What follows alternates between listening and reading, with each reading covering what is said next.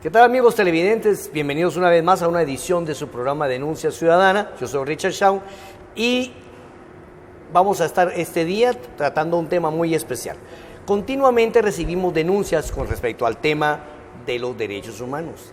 Los televidentes se quejan y dicen, es que los derechos humanos defienden a los delincuentes, es que los derechos humanos no hacen esto, es que el procurador no hace aquello. Considerando esto y que se acercan las próximas elecciones para nuevo procurador de derechos humanos, nos acompaña hoy una de las personas con más experiencia en este tema, un ex constituyente, pero que actualmente se desempeña en COPREDE, la Comisión Presidencial de los Derechos Humanos. Se trata del licenciado Víctor Hugo Godoy. Licenciado, gracias por acompañarnos el día de hoy.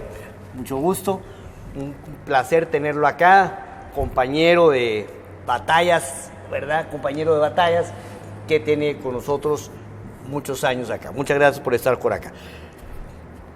Licenciado Godoy, los televidentes se preguntan cómo nace este tema de la PDH, cuál es su verdadero objetivo. Usted que fue parte de la comisión redactora en la constituyente, porque hasta ahí me llega la memoria de que así fue, cuéntenos por qué nace cuál es la necesidad de una PDH en Guatemala, ¿por qué?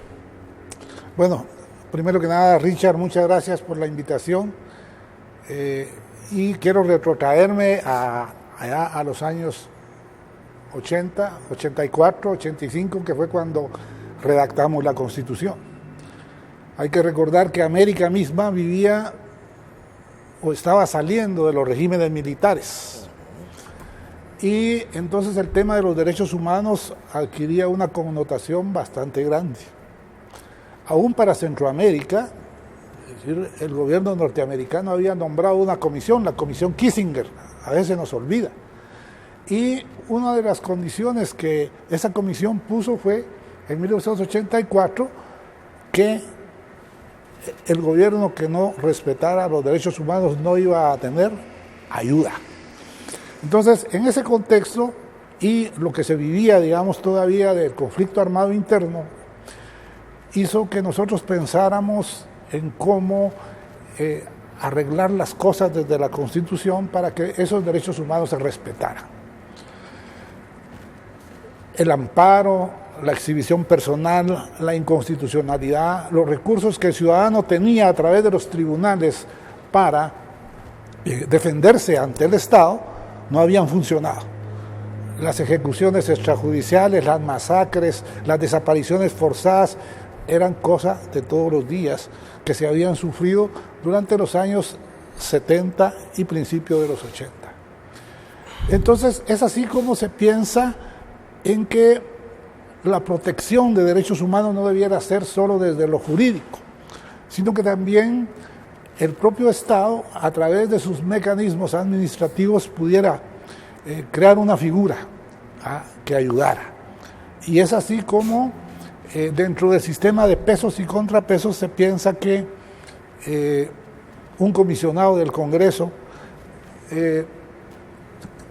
elegido de manera independiente pudiera, es decir, gestionar, pudiera controlar cómo actuaba el poder público en beneficio de los ciudadanos sin violentar sus derechos. Así es como nace esta figura en un contexto en el que prácticamente no se respetaban derechos de los ciudadanos.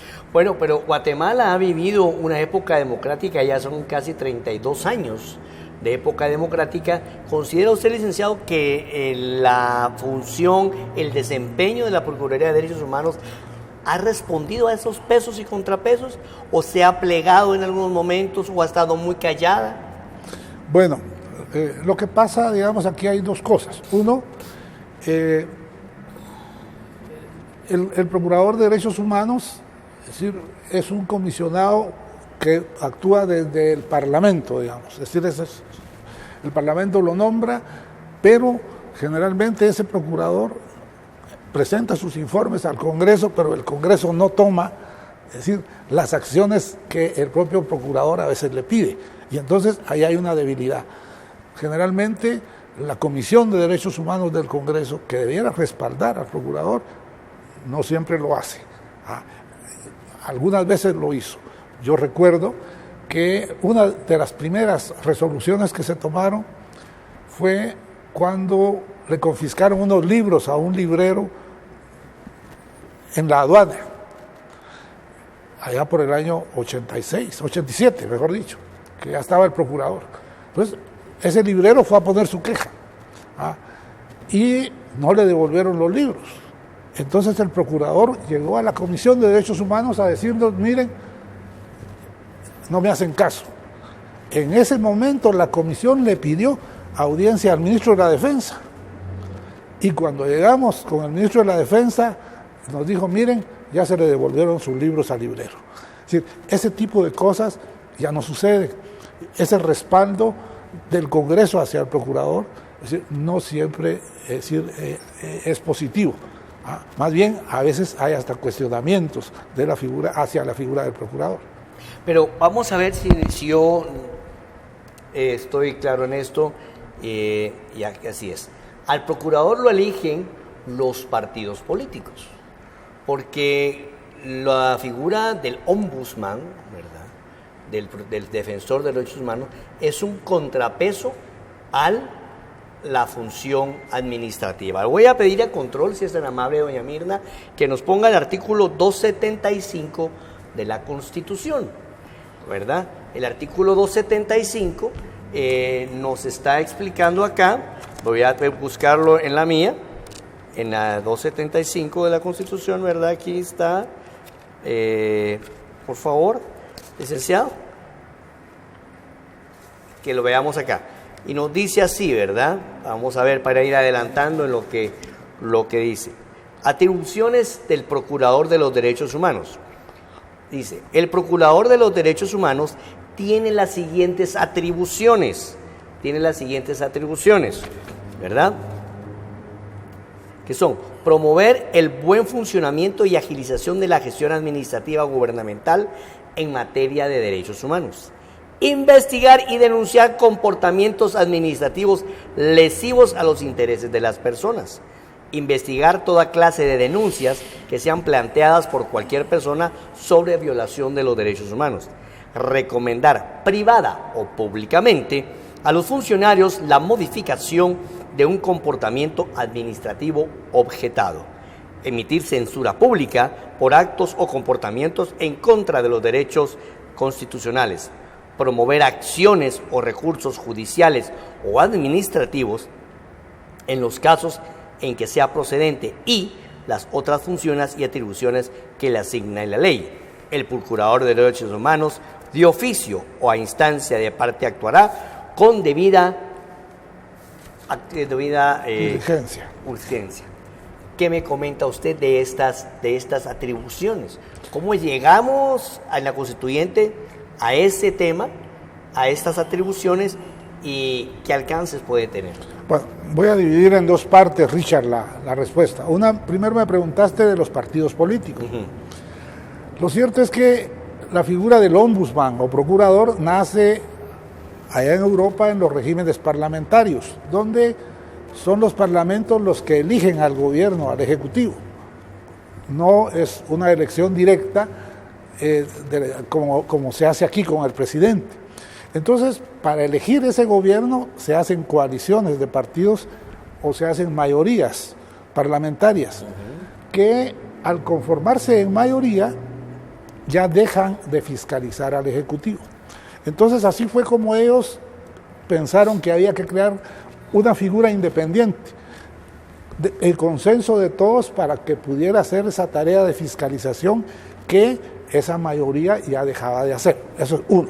Entonces, aquí lo que hicimos fue crear una comisión conformada por un diputado de cada partido político. En este caso, ahorita son 13 partidos políticos. Ahí nadie tiene mayoría y ellos escogen una terna que le proponen al Pleno. Pero no solo eso. En aquel entonces yo recuerdo, Democracia Cristiana era el partido mayoritario y tenía mayoría absoluta. Y entonces ellos no se explicaban por qué tenía que haber mayoría calificada. Yo recuerdo que tuve que ir a hablar con Vinicio Cerezo, que era el presidente, para explicarle que la independencia del funcionario dependía de que no fuera de una mayoría simple, sino que tenía que ser, aparte de la comisión conformada por uno por cada partido político, una mayoría calificada para que ese funcionario no estuviera supeditado al Ejecutivo.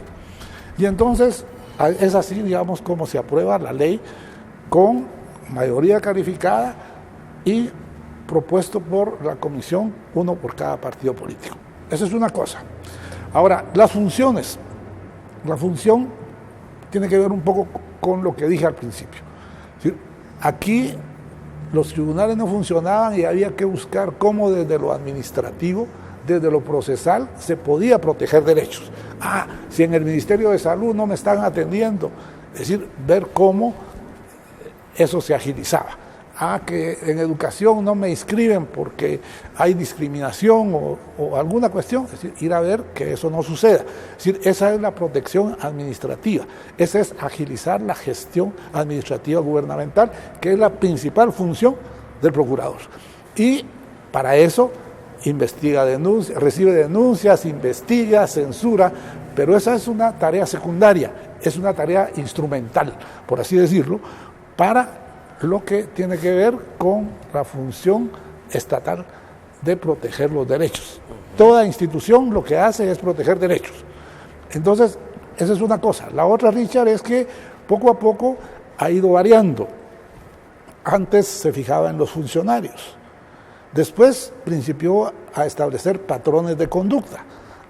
Miren, en el ICS, ahí hay mucha falla en el tema de atención de consulta externa.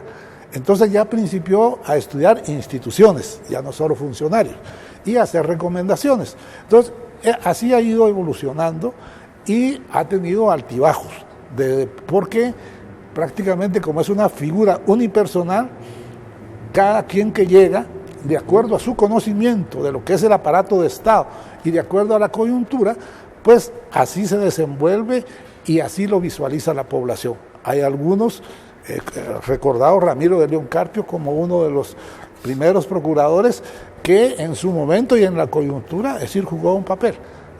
Y de ahí llegó Jorge Mario García Laguardia, es decir, un gran jurista connotado que también cumplió un papel en el momento de que se trazaba todo el proceso de paz. Bueno, los televidentes que nos escuchan el día de hoy pueden hacer algunas llamadas para presentarle al presidente de la Comisión de Derechos Humanos de la Presidencia, el COPREDE, sus inquietudes. Hay algunos mensajes de texto que nos dicen, es que los derechos humanos se dedican a defender a los delincuentes. Esa es una percepción que existe. Por todo lo que estamos viendo, pues vemos que las funciones del procurador no van en esa línea directamente. Cuéntenos algo al respecto. Miren, lo que pasa es lo siguiente, digamos, ¿sí? El tema es la percepción de seguridad que tiene la gente. Ahí hemos fallado, digamos, como sociedad. ¿Sí? De hecho, es decir, el que haya una CICIG, el que nos tenga que asesorar la oficina del alto comisionado, que haya tenido que haber una MINUVA, es decir, han sido como muletas del exterior que hemos necesitado nosotros como sociedad. Y en el tema de seguridad es donde más hemos fallado. Y cuando la gente está desesperada porque no se puede subir con calma a una camioneta, porque no puede caminar por las calles libremente sin que le pueda suceder algo, entonces en esa desesperación lo que busca es el castigo inmediato al delincuente. No importa el tamaño de la falta o de lo que haya cometido el delincuente, yo quiero que ese lo castiguen, pero hay toda una serie de garantías en nuestra Constitución. Lo último que le puede suceder a un ciudadano es que lo priven de su libertad. Eso lo dice la Constitución. Pero para nosotros quisiéramos que mataran a ese que nos acaba de robar el celular. Ese tipo de cosas. Eso es parte de lo que piden los televidentes acá. Entonces, esas son las cuestiones donde de suyo el dirigente político, especialmente, tiene que saber orientar y no dejarse llevar por la emoción. Es decir, ¿por qué? Porque si no vamos a ir otra vez como de retroceso a lo que vivimos. Nuestros jóvenes, pues ahora, pues lo mismo dicen, vamos a ir a Panafesto, que vamos a tal cosa, a Puerto San José, con toda la libertad del mundo. Pero antes no. Es decir, antes, hasta usar falda corta, le ponían sello en las piernas a las muchachas que usaban falda corta, porque era parte de la censura gubernamental. Es decir, ahora ya el Estado no se mete en eso, pero tenemos la debilidad que no hemos podido brindar la seguridad que debiéramos. En estos momentos, estamos en una coyuntura que pone en el ojo del huracán a la PDH. Una nueva elección. Con su experiencia, ¿cuál debería ser el perfil en este momento histórico de Guatemala del nuevo PDH? Al PDH se le señala de que se extralimitó en sus funciones al estar aprobando o al estar apoyando unas reformas constitucionales e ir al Congreso a ejercer con su presencia un acto de presión. A su criterio, coménteme dos cosas. ¿Cuál es su visión de la presencia del actual procurador en el Congreso apoyando las reformas? Y dos, ¿verdad? ¿Cuál debería ser el perfil apropiado del nuevo procurador de derechos humanos en esta coyuntura? Porque vimos que en las elecciones pasadas privó un concepto político, ¿verdad?, antes que técnico. Pero, aquí otra vez te divido la cuestión. Yo creo, digamos, que el procurador es un comisionado del Congreso de la República y puede relacionarse con él a través de la Comisión de Derechos Humanos y puede hacer recomendaciones al Congreso. A través de la Comisión de Derechos Humanos. Pero eso no quiere decir que sea lo único. Es decir, para su tarea fundamental, digamos, como eso que yo te decía de los libros, pues va a la comisión. Pero si lo que él necesita es que a salud pública le den más presupuesto, él va a la Comisión de Salud a decirle, miren señores, no es posible que no apoyen al Ministerio de Salud para que pueda tener cobertura. O por favor, páguenle la deuda al ICS. ¿Me entendés? El procurador no tiene en ese sentido, digamos, una limitante. Y si él considera que es necesaria una reforma constitucional para el tema de la justicia, si bien él no tiene iniciativa de ley, eso no quiere decir que no pueda asistir y respaldarla.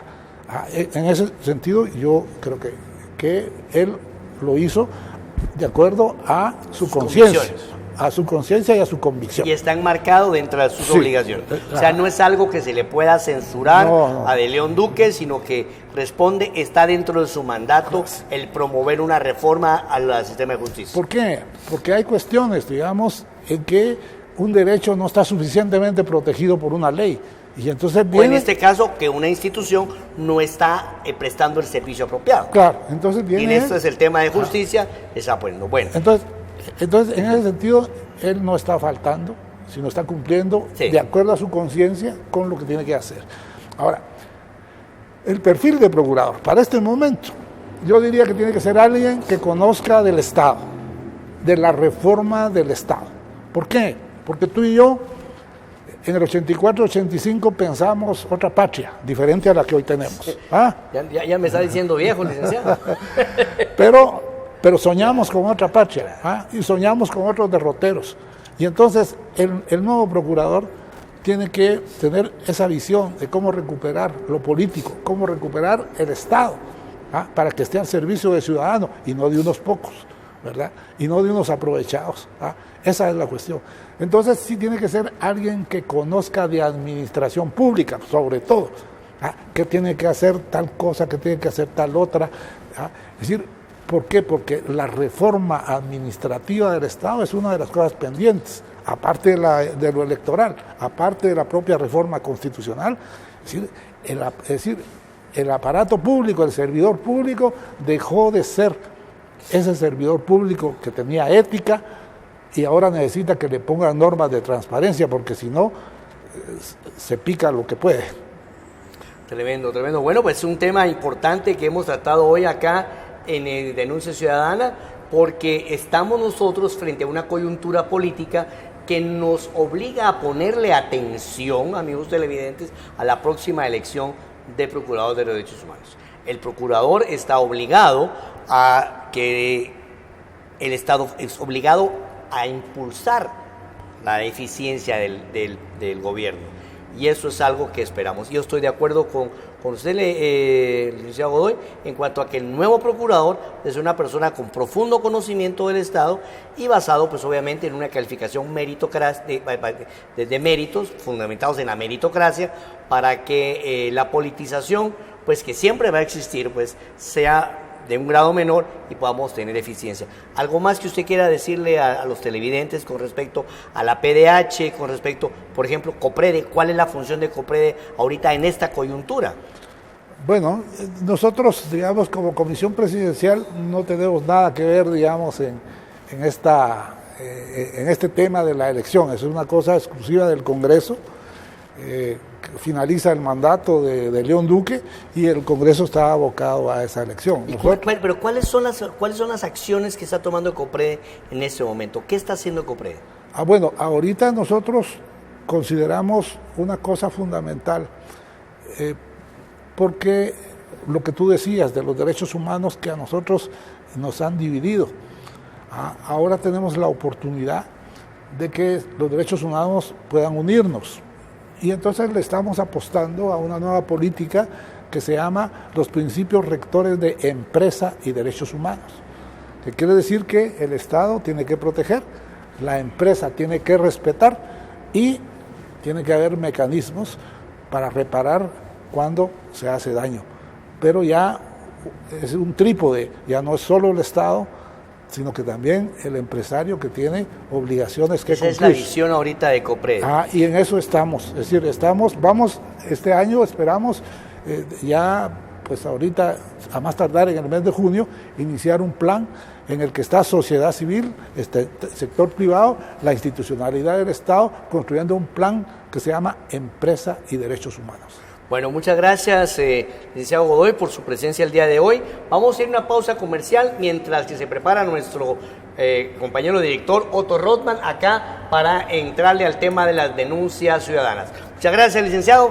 Bienvenido a Viacanal y lo esperamos en un próximo programa de Coyuntura Nacional. Invitación pública de parte de la licenciada Karina, que lo queremos aquí para que hablemos de las reformas constitucionales. Muchas gracias a ustedes. Gracias. Vamos a un corte comercial y regresamos.